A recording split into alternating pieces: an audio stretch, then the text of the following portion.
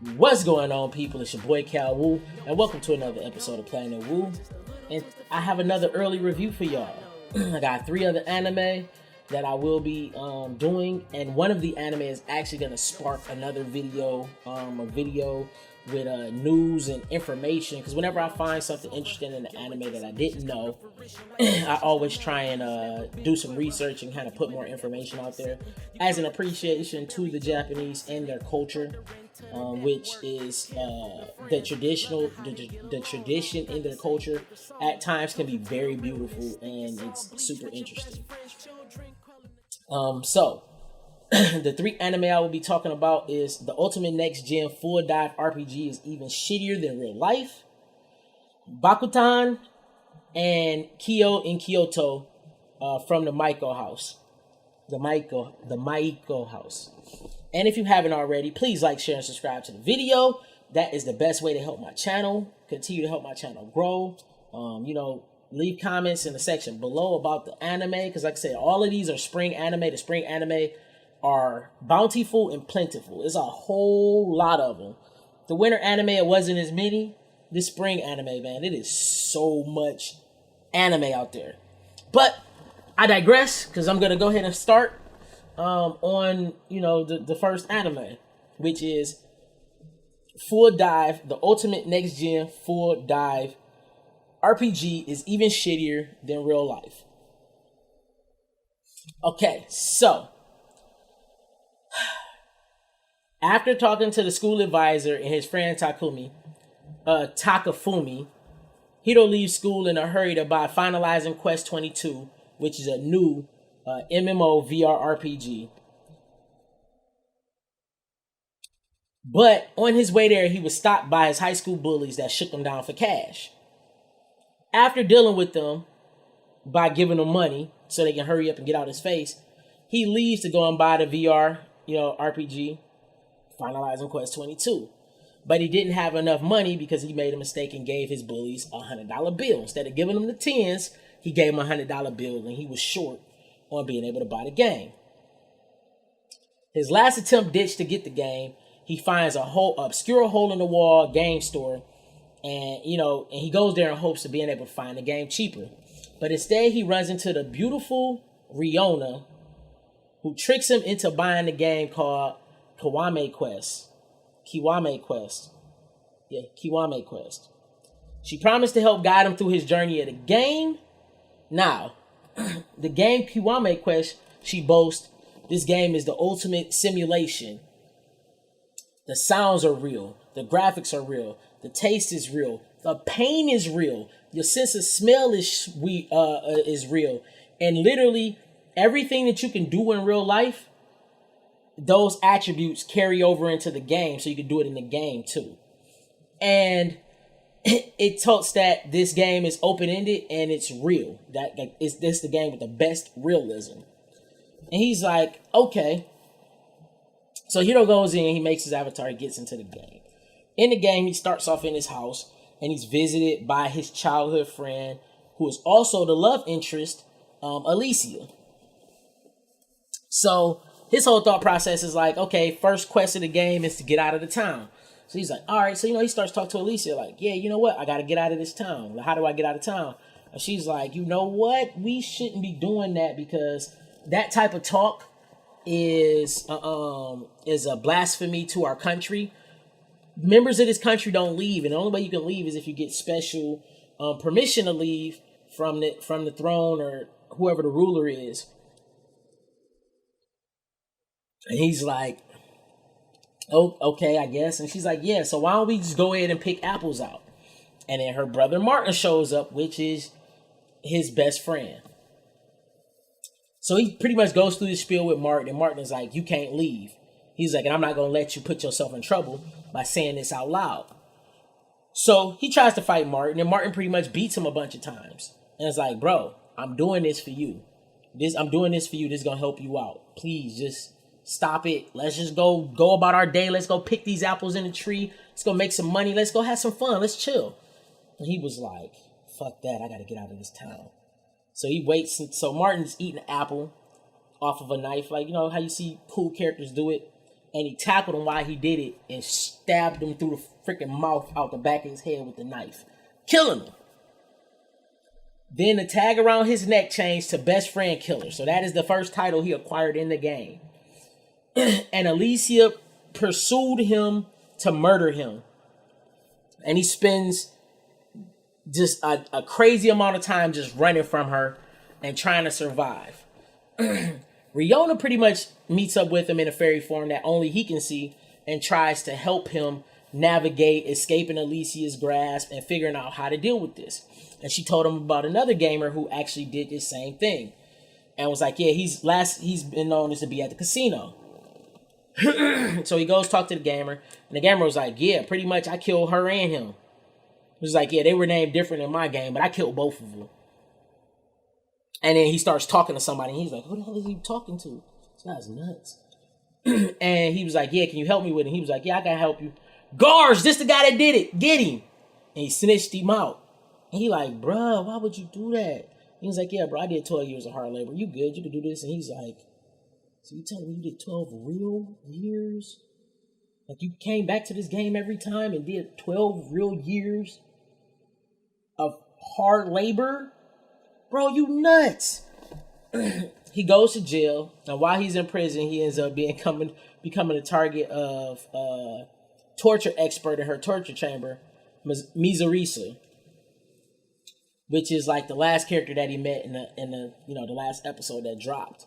And while he was there, while he was getting tortured, he ended up pissing and shitting on himself, which unlocked a hidden achievement, which got his pardon and got him excused, which is hilarious. And Riona was like, yeah, congratulations, that's a hidden one, nobody's ever done that. And so so he does that and ends up going out, and that's pretty much where the last episode ended, was him getting pardoned and going to go see the ruler in charge. And so far, this is an anime I'm really enjoying. I'm interested in seeing what stupidity he gonna get into next. They say that everybody in the game that has a name that you interact with has a chance of being picked up as a party member. And Alicia starts off with high stats, and most people start off with her in their party, as well as Martin, if things go properly. But this douchebag ends up, like, while he's in prison, he ends up getting haunted by Martin and told that he was going to keep haunting him until he confessed. And that's when he realized that the guy he went and talked to, because he killed both Martin and Alicia, or his version of Martin and Alicia, that they both were haunting him and they both talked to him all the time. And he's like, holy crap, I got to get out of this moment and get rid of Martin. And like I said, the anime is just fun. It's hilarious.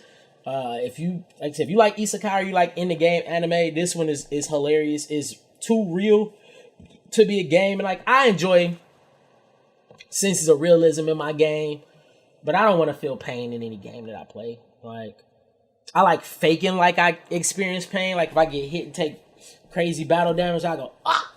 Like the anime character when he get hit and blood or spit come out his mouth. I like doing that. But to actually do that in real life, like actually get hit from getting hit in the game, I'm straight on that. And also, I play VR games too. I got a VR game, a VR MMO that I play with my boy Boogie. And my boy Blur just ended up getting him an Oculus called Orbis VR. And that junk is super dope. You physically got to do all your stuff. I play with an archer. You physically got to draw your bow back and actually shoot. You got to aim it, all type of stuff. And you do more damage if you hit certain points on the body. And it's extremely dope. It's a fun game. But it has a difficulty to it. A lot of people don't play archers because of that. But the community is really dope. If you got a VR, check out Orbis Prime. It's worth the money. It's good. The next anime I will be talking about is Bakutan. Bakutan, the story follows Shotaro Futaba, who was a baseball player in middle school that happened upon a men's rhythmic gymnastics tournament where he saw Team Ao Hai lose. Even with their incredible floor routine, he was so surprised on why they lost. And other members of the crowd started talking to him. And he learned that because they only had 4 members, that they were penalized because you would need at least 6 members on your your team in order not to be penalized by numbers. So that was automatically against him. And because he saw it, he was so sad that they lost. This drove him to drop baseball and enroll into AO. It's one of those high school, and went to join the school's rhythmic gymnastic team. Upon joining the team, he wasn't the only rookie interested in joining the team. He witnessed Ryoya join the team, who was also there at that tournament, and was the one who was telling them like why they got their points deducted. And he also wanted to go to that high school to join the team to make sure, they got a chance of being closer to the 6 members they need to be, to be able to go to the tournaments and win and go further than that first round, because their floor work was incredible. But the difference between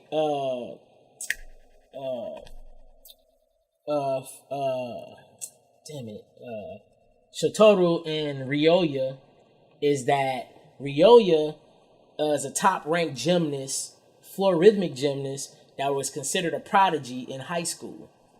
So he comes to the game bringing something to the table. Next member of the team is Kotaro, who's a second year that seems to be the least likely member to be on the team. And the reason I say that is because this guy has a straight-up Yakuza personality. And in the episodes, like I think it's like episode 2. If you pay attention to episode 2, and like you could tell that he from the hood, and he experienced some shit. Like his family come from like a shady background, or do like illegal shit in the background to kind of help their business, because his family runs a ramen shop. And yeah, so he's like, and he talks like he's with the Yakuza, all that stuff. So he's, to me personally, he feels like the least likely member to join the team, but he specializes in backflips and aerial techniques. Next character is Kiseke, who is a third year. He's the vice captain of the team, and he does well with analyzing team members and pretty much giving them pointers on helping them to improve what they do, and he's really good at help coordinating the team as a whole. And in his background, his family runs a shrine. The next character, Onagawa, is also a third year, and he's a class clown of the group. He's always given the 2 newest members of the group nicknames. Like, he gave Ryoya the name Prodigy is always in his name.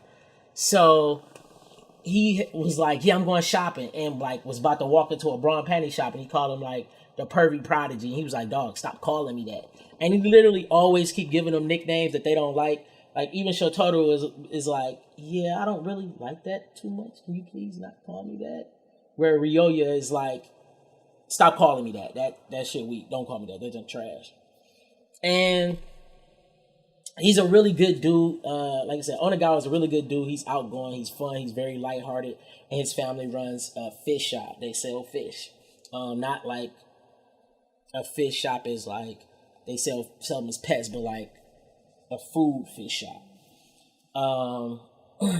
The last character of the team is Mazamune, who is also a third year, and he is childhood friends with Kiseke and Onagawa, and he is also the leader of the rhythmic gymnast club of their high school. And it's his passion and his drive that makes him such a great leader, because he's very enthusiastic about his 2 new members. He's very enthusiastic about helping Shotaro learn everything and to get going, so he can also participate and help the team out. Because if he don't get certain things, he's going to be more of a hindrance than he will be a help to their team. So they're teaching them, the floor work and the hand movements, and taught them how to do backflips and things of that nature. And Mazamune does a really good job of encouraging and helping him. And his family background owes an established kamaboko shop, and they've been in business for like 50 plus years. And yeah, and like I said, the anime is really fun. It's really dope. It's interesting to see the technicalities, because that's one thing the Japanese always do is whenever they introduce a sports anime, they always do a really good job of teaching the technicalities and the rules of how things go. And even if you have no interest at all, as you're learning about the rules and you're watching this anime, it helps you it draws you into the possibilities and the ideals of like what the sport actually is as a whole, and not have this skewed view of what it is. Like, because like people in general feel that gymnastics is very feminine, but the amount of muscle and like body tone and training that you have to go through in order to be able to do it is very masculine. So it's, like I said, it's just interesting. And like, just like the anime Kabaddi, this is like really drawing me in, because like I said, they're doing everything well enough that's teaching me about it, while at the same time giving me great characters that interact different, and like just how they mesh together. It's super dope. I'm enjoying it. And the last anime, which is the anime that I will be doing a video about, talking about like the history and the origin behind it. It is called Kiyo in Kyoto, from the Maiko House. The anime follows Kiyo and Sumire, who came to Kyoto from a small town because they both dreamed of becoming a Maiko or a geiko. A geiko is another word for geisha. So they go to this house, and it's weird because like they have a whole geisha neighborhood set up to where the geishas go and train. Before they become Maiko, they are just normal girls just training. They live in a boarding house with a bunch of other girls. The leader of the boarding house they call mother. And then sometimes there's an older lady that's like an advisor that they either call sensei or refer to her as grandmother. And grandmother is the type of person who kind of gives mother the proper, help her proper evaluate girls and kind of like tell her what girls' strengths are, what their weaknesses are, how to help them and things of that nature. She kind of like is that advisor to the mother of the house. And every girl in the house calls each other sisters.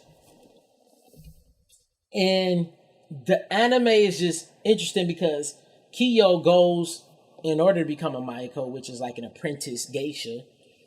And she's so worried about chores so much that she ended up washing out and just becoming the cook for their house. So she stays there and she's the cook, while her friend Sumire is considered a one-of-a-kind talent as a geisha, like once-in-a-century talent, like based on the work and dedication she put in, her skills, her technique, the way she talk, her ability is just A1. That junk is like top-notch, just the shit.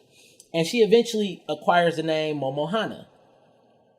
And the anime just kind of gets you into the life of what young girls go through to become professional geishas.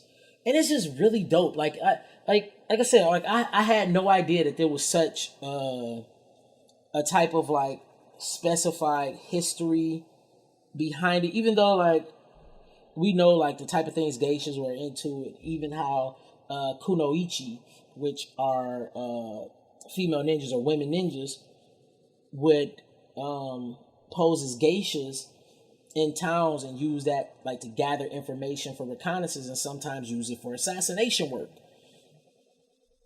And it's just so interesting to me, like how rooted in like the culture that this small thing that me as a foreigner overlooks, but this anime is like giving me all type of life with it.